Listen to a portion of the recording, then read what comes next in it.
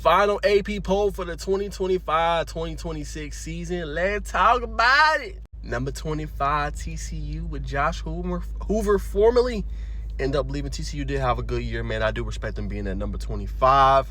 It's a couple teams I might would have put in there at 25 I thought should have been in, but TCU, that's solid. North Texas, pretty good year, man. Obviously made it to the AAC Championship American. Lost pretty much everybody. They finished at number 24.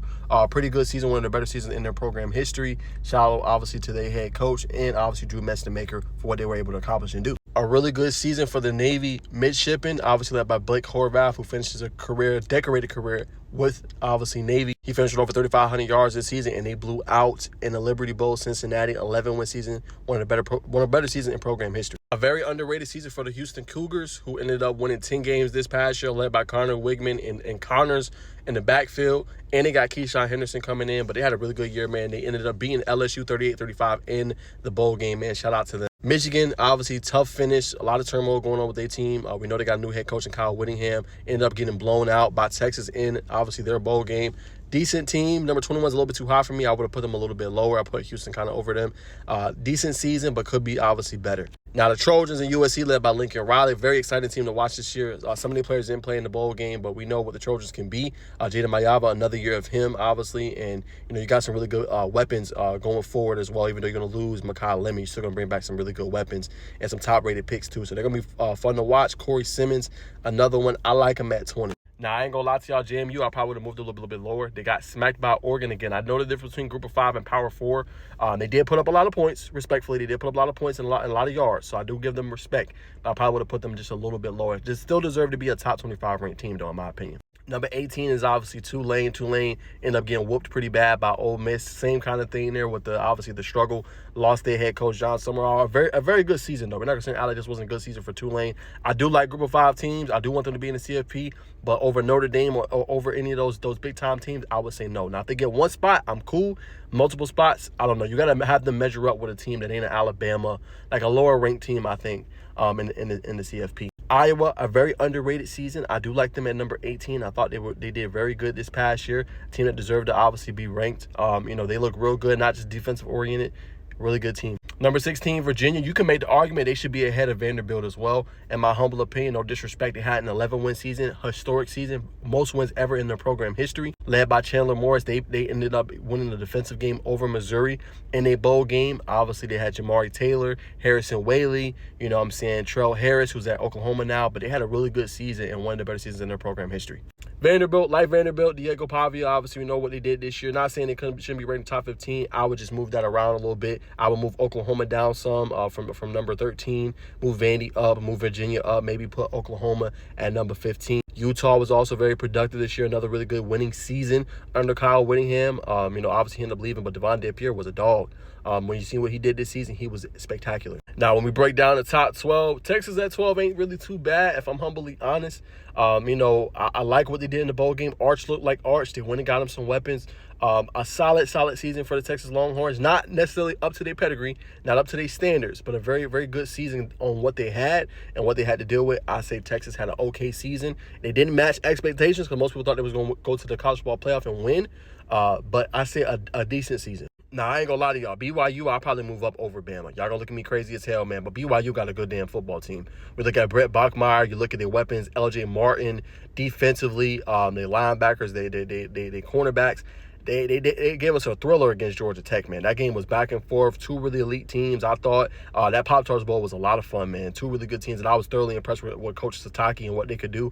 I think they could go beat Bama if they lace it up right now. Notre Dame is Notre Dame. Obviously, a lot of turmoil, but, hey, you can't be mad at the Hurricanes, bro. Like, they showed they deserve to be there, and they went toe-to-toe with Indiana in that game. You know what I'm saying? They really did, man. They had the chance to win it at the end. Just couldn't quite make the plays. Obviously, Carson Beck disappointed a little bit, but it's going to be interesting, man. I do think they should expand a little bit, man. Go to 16 top teams, I think, in the CFP playoff, because I want to see Notre Dame in it, man. I thought that would have made the playoff even better. Alabama, obviously, great job coming back against Oklahoma, man, but it got ramrodded against Indiana. That was ugly. Beat the crap out them boys, man. You know what I'm saying? So I think still maybe a top 12 team, but it shouldn't be ranked number 9. That's a little too high for them with how they finished. Texas A&M and the Aggies, man, a tough loss.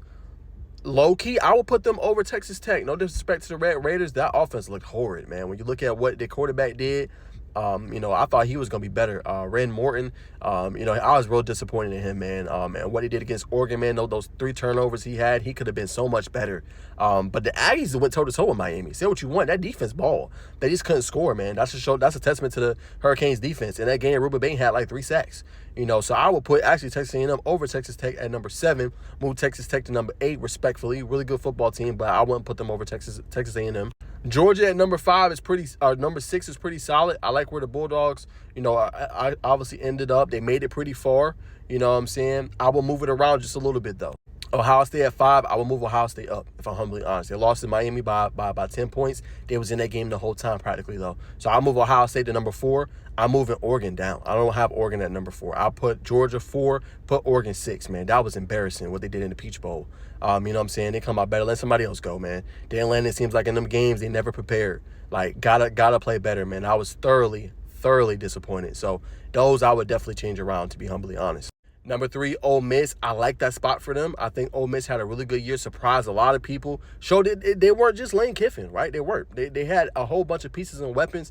This team was much more than just a Lane Kiffin show, right? A spectacular season. I was thoroughly impressed. Trinidad Chambliss, Keywan Lacey, I'm seeing what they do on the outside. Caden Lee, Hilton Deuce Alexander, Deshaun Stribling, defensively, Sunterrain Perkins. They got dogs, and they did really good in the portal, too. I think Ole Miss will be back again next year, too, as well. Then number 2, my Miami Hurricanes, man. I did a reaction show, but I react on my TikTok and my other platforms, man. Great season, bro. I mean, where they went, people was doubting them, saying they shouldn't be there. Defensive line came up big. Akeem Messendora had 2 sacks, man. I thought coaching really affected them in that game, man. Just play calling offensively. Should have got going earlier, but defense ball. They only allowed one touchdown in the second half. At one point, they had three consecutive 3-and-outs. They did what they were supposed to do, man. This was a successful season to me for the Miami Hurricanes. Can we get back? I don't know. You know what I'm saying? Because the ACC, I think, will be better next year. And, we got to see what we're going to do at quarterback, right? That's the biggest question for us. What we're going to do at quarterback, what pieces we're going to get to help this team. Bringing back Mark Fletcher, which is good. We're going to need some pieces around him to help him out as well, man. So, really great year for Mario Cristobal. Got so close.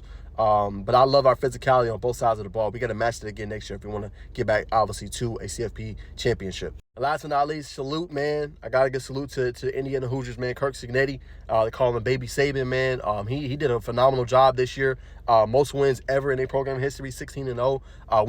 Remember, they're the most losing team ever, in college football, to win it and going on the mountaintop. He did a fantastic job and deserves all the credit in the world, man. He was spectacular all season. Very stoic demeanor.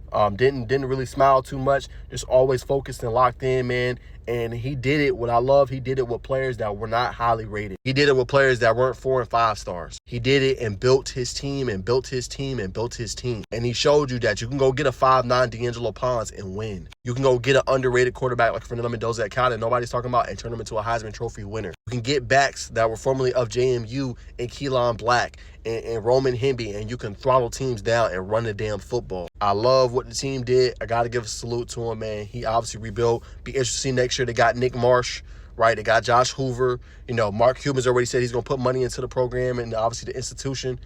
They might be here for obviously a long time, man. I can't wait to see what happens.